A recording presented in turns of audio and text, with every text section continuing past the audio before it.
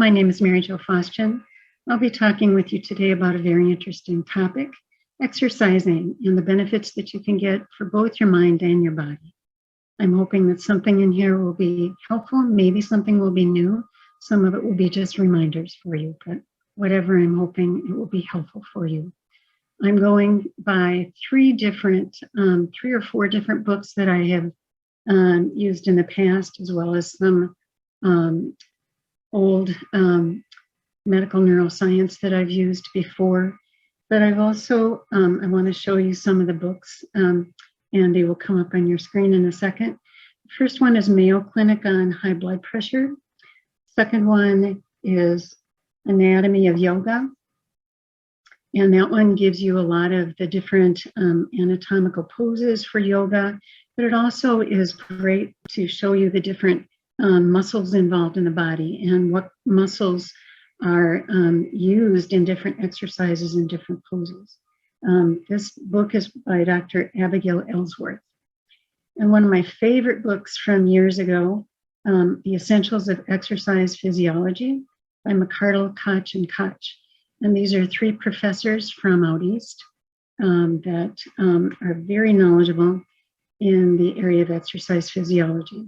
And if you can get through the medical terminology in there, there's some very interesting tips about physiology in exercise.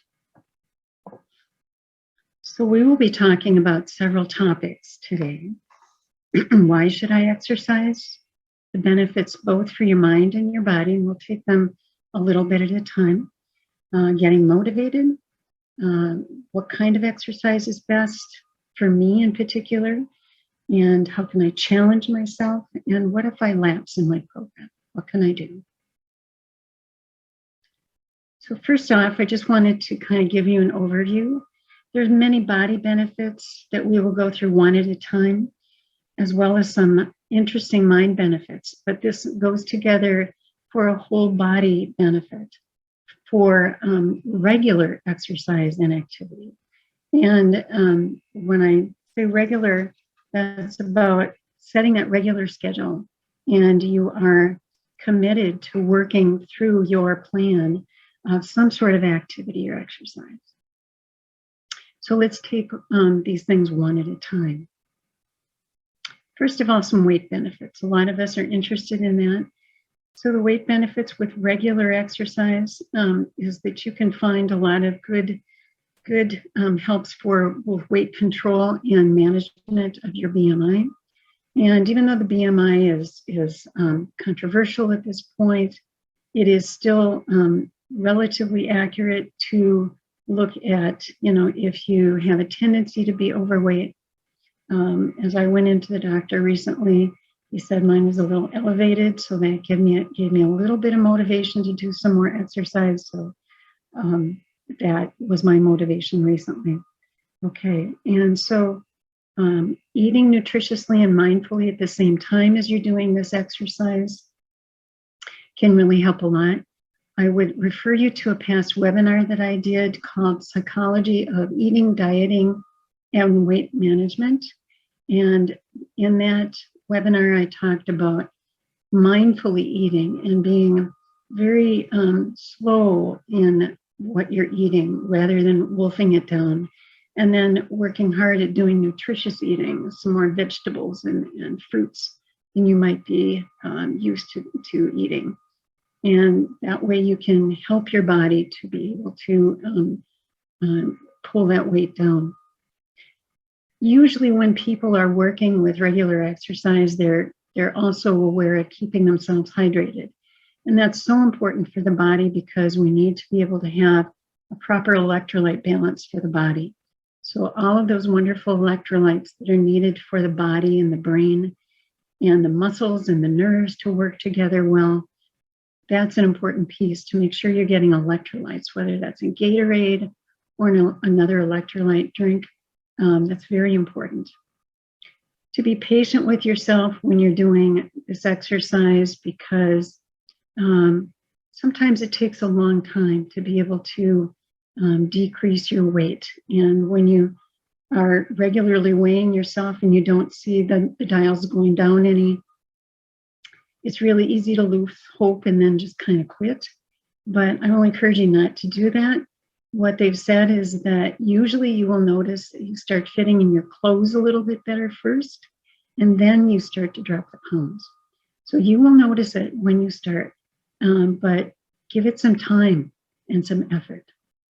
Give yourself credit for what you do instead of beating yourself up for what you're not doing. And challenge yourself. Even if you're tired, tell yourself, I can at least do some activity today. And what's really interesting, I thought, is that if you're doing this regular exercise, you can actually eat more and still lose weight if you're using the tips I'm giving you here to eat nutritiously and mindfully at the same time, because you've got more of a high energy expenditure when you're exercising regularly. So you are going to be able to eat more of nutritious food, things that don't have a lot of fat, things that don't have a lot of calories, things that don't have a lot of sugar, and you will notice the benefits.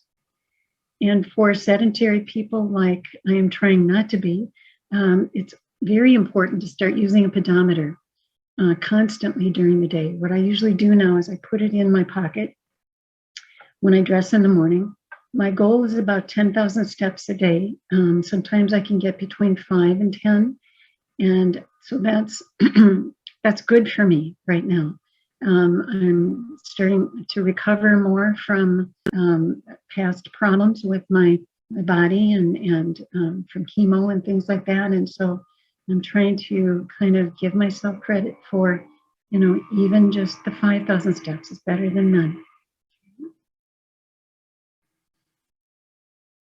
And when I looked into this, it's very interesting, as I found out that it's not as easy to burn calories as you might think. I used to think, if I have a candy bar, I can go ahead and exercise that up on the treadmill.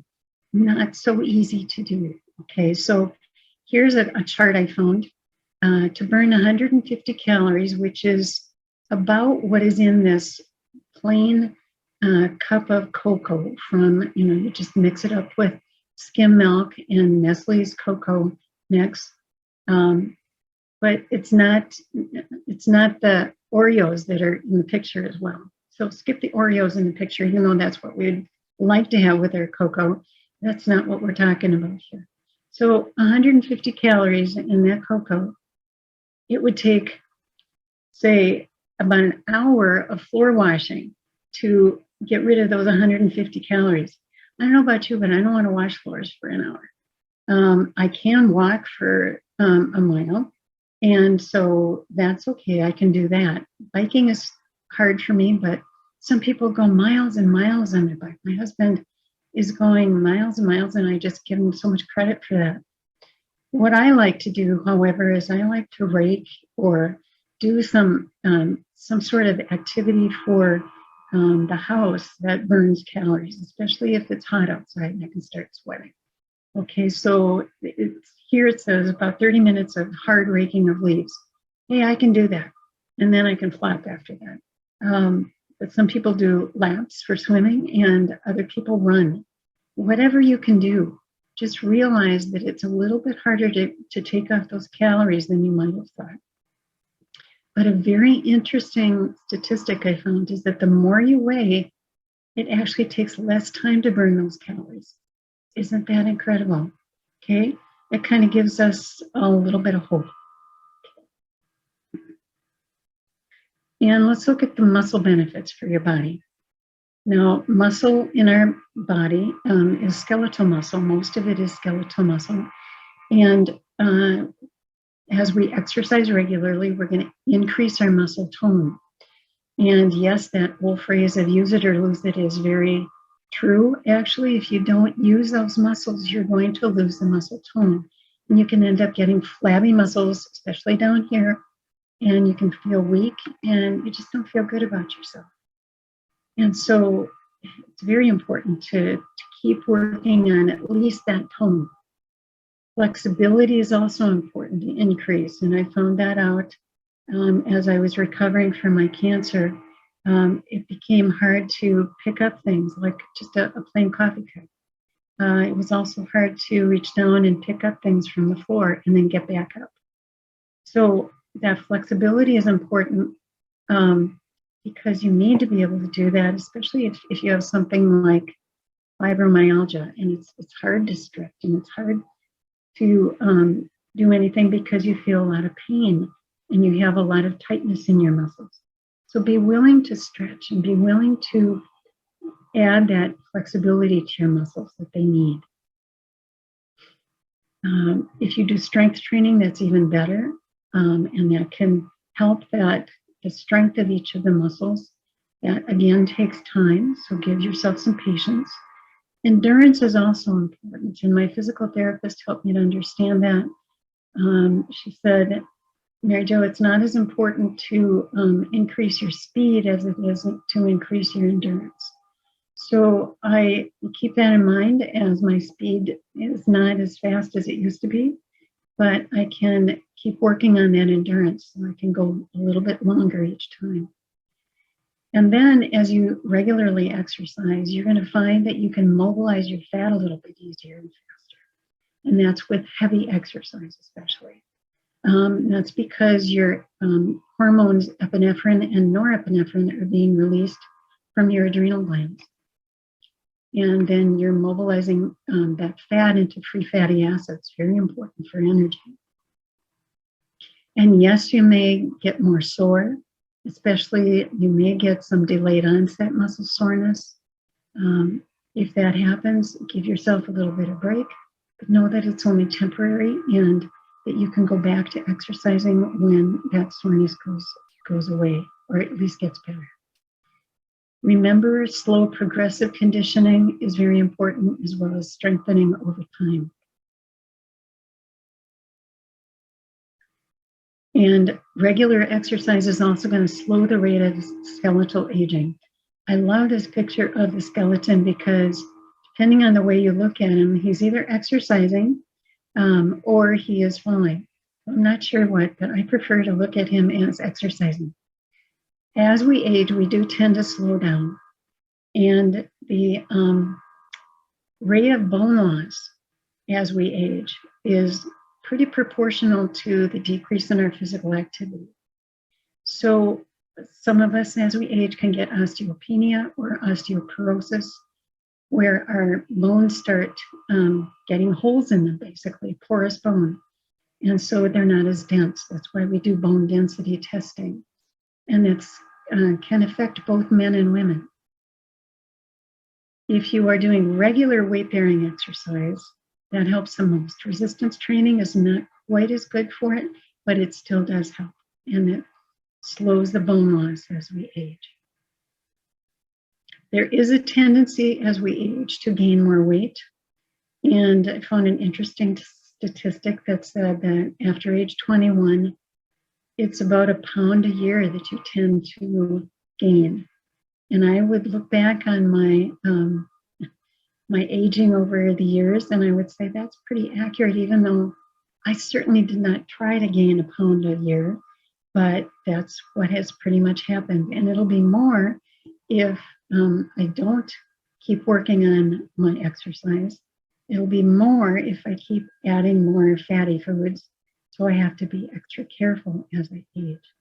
I will encourage you to work on weight control and keeping away from osteopenia and osteoporosis as early as you can, so that as you age, it's not going to be as hard to lose that weight. And as you can imagine, if you have more weight, that's extra stress on your bone, extra weight on your spine, extra weight for your heart to pump all that blood around. And we also have an age-related tendency to lose balance. And so that is related to fractures, especially as if we have osteopenia or osteoporosis, it all kind of works together or against us. And so as we look at how we can help our body, how we can work with our body, we can look at all these different factors. Now we can look at blood pressure, how important that is. So many Americans are on blood pressure medication, and what they found is that regular aerobic activity can decrease your systolic pressure up to 10 millimeters of mercury, and that's the numerator on the blood pressure measure. Very important to be able to decrease that if we possibly can with exercise. Physical activity can be very helpful to work on making that cardiac muscle, which is a special type of muscle, stronger. It will pump more blood with less effort if it's stronger, and you will find that there's less force exerted on your arteries, and that's what causes that blood pressure to rise. Okay. So as you work on your medications and your exercise, it's possible that you could decrease your blood pressure medications, but please do not stop them or decrease them unless you talk to your doctor. Very important. And I think it's very important to realize that any activity is better than nothing. If you can do some moderate activity, light to moderate activity, 30 to 60 minutes, most days of the week, hey, that's great. Take your pedometer with you and look at it periodically during the day. And if at the end of the day, or toward the end of the day, you haven't exercised enough, right now I've only got 643 steps. It's not good. So I got to keep working on mine today. If you do vigorous activity, 3 times a week is sufficient to work on that blood pressure. But most of us don't get enough of the cardiovascular fitness to work on that blood pressure. So I encourage you to keep working on it. The heart is so important, very specialized type of muscle that we have. And not only can we strengthen it, but we can continue to decrease that blood pressure. We're going to decrease our risk of stroke, heart attacks, arrhythmias, atherosclerosis, which is plaques forming in the arteries, arteriosclerosis, which is the hardening of the arteries, diabetes, high cholesterol, all of those things we want to decrease in our life so we can have better overall health. And then if you're exercising outside, hey, you get the added benefit of vitamin D, which is cholecalciferol. Your skin cells are making that from cholesterol. Did you know that? I didn't know it came from cholesterol until I looked it up. So we do need some cholesterol, okay? You can prevent skin cancer, very important as you're outside. My dermatologist said using a skin sunscreen of SPF 30 is sufficient for us. We don't need to have anything more, but 30 is the minimum. And so outdoor activities can, be very fun, whether you're gardening, whether you're biking, whether you're doing landscaping, or maybe you're a house painter, construction worker. Those are all ways to get vitamin D in your diet, because you don't want to be deficient in vitamin D.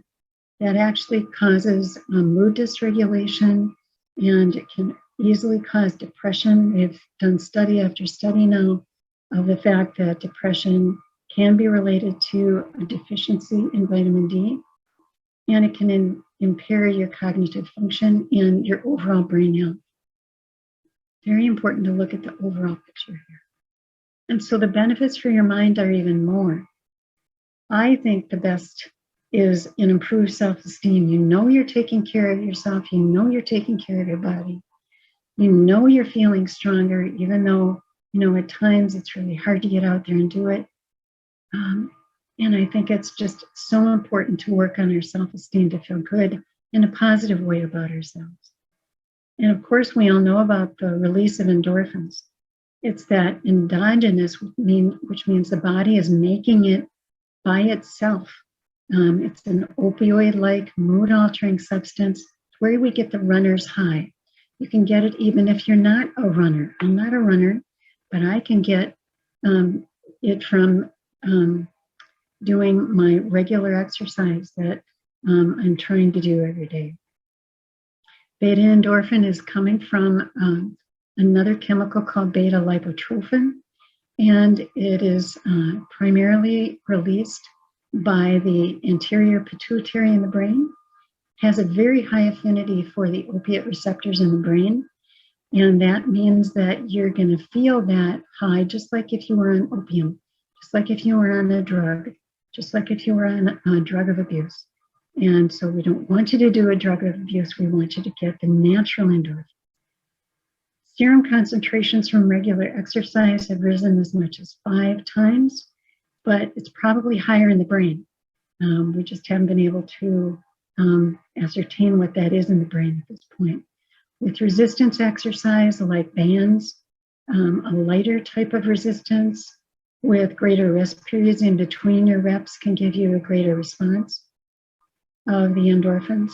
And then there's this wonderful chemical called BDNF, brain-derived neurotrophic factor. Neurotrophins aid the growth of neurons. I don't know about you, but I really want my neurons to grow. And I want to be able to have plasticity in my brain. I want to be able to find that way to, when I'm feeling kind of down, to be able to re-energize and feel better about myself. And so this is where the exercise-induced brain BDNF can come in, can help you not only with your mood, but when you feel better, oftentimes our behavior is better. We treat others better. We can feel a little bit more hope, and we can be having better relationships with people usually. I'm all for that. So how can I get motivated? I told you a little bit about how my motivation started. What will help you? It's very individualistic. The biggest barriers I've heard as I listen to people in therapy is number 1, depression.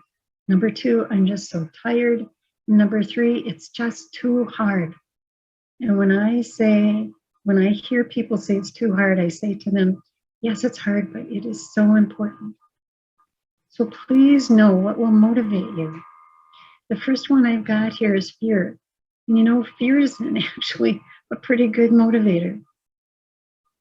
And the reason it can be is you all of a sudden get that fear of, oh my gosh, I don't want to have a heart attack like my father just did.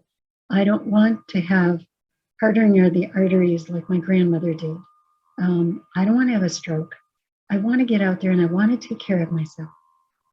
So if fear is part of it for you, of not getting all of those diseases that we listed, hey, use it in a positive way.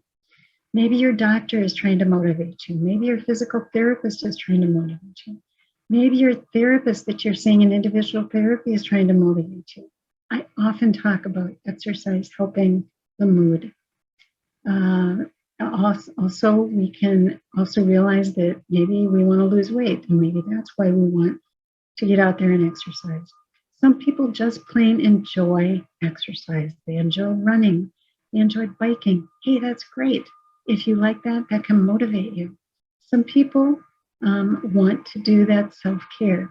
And I list that lastly because somehow that doesn't motivate us as enough as if the doctor is telling us we have to lose weight, if we're at high risk for blood pressure problems or stroke or whatever. So use whatever motivates you. And at the bottom, I've listed the dopamine factor. Dopamine is another neurochemical. It's actually a neurotransmitter that's released in the midbrain. And that is something that can be used as a strength, or I'll say that differently, a reward predictor. In other words, if you predict that you're going to get a reward and you get it, then your brain and your body, you tend to want to do it again, right? Okay. So say you take some, I hate to use this, but say you get some sugar. Okay. So you get a reward. Hey, you get that kind of sugar high. That's a reward. And so you want to do it again. You want to get another cookie. You want to get another Oreo, whatever that is. That is the dopamine release. We can get it not only from drugs of abuse. I don't want you to get it from drugs of abuse. You can get it from exercise. You can get it naturally. Dopamine is released in the brain if you have that reward of, hey, I lost a pound. because I exercise. I feel better in my clothes because I exercise. I feel better when I'm not eating a lot of fatty food, and I feel better about myself. Hey, that is releasing dopamine. Dopamine is another feel-good chemical like endorphins. So if you can get a dopamine release naturally, do it. That's an important piece. What exercise is best for you? I think it's going to be important for you to look at that. If you want to do the stretching, if that's all you can do, hey, everybody can stretch. And even if that's stretching, a little bit of here, a little bit of there, maybe it's, your neck is really tight, and so you're stretching up and down. That's great. Maybe it's the strengthening exercises that you need. Maybe you're feeling that weakness in your hands or your arms or your legs. Do you need to do the weight training? Do you need to do, what do you need to do? Remember to condition slowly with these. What resources do you have? Do you have a gym that you have easy access to? Do you have home equipment that you can use? Just kind of go downstairs or go to the exercise room and work out for a little bit. Maybe put on some TV or your favorite program. Hey, that can give you some dopamine high too. Maybe you've got a class you can do. You can even do yoga classes, and I think you can still do some online. Isn't that great? So look at what your medical provider or your physical therapist suggests for you. What is your capability? If you can do more, I will encourage you to do more. But you need to look at what you can do and go toward that goal in a positive, slow, cautious way in order to get to that goal. But it's also important to challenge yourself. Don't push yourself too fast, too hard, but you need to make a plan. Is there a best time of day that you're not too tired and not too sore? Is there a best time of the week? What if you lapse in your program? If you lapse, it's okay. You can get back on the bandwagon at any time. Next day, you can get back. Don't beat yourself up. You can get back and do it again. You can start again at any time. Maybe you need to make a new plan. Maybe the old plan didn't work so well. Okay, so rework your plan. What's going to work better for you? Do I need a partner to help me, to encourage me, to do it with me? I think that might be a really good idea for some of us. We've talked about a lot of topics. I think it's important to realize that families can exercise together. We can exercise as couples. We can exercise as individuals. There's so many benefits we can gain, not only for our body, but also for our mind. We can motivate ourselves. We can get motivation from medical providers. We can work on a specific type of exercise that's best for us, and challenging yourself and not beating yourself up if you need to start again. It's okay. Just keep trying and don't give up. I'm hoping that this presentation has helped you. I've enjoyed talking with you.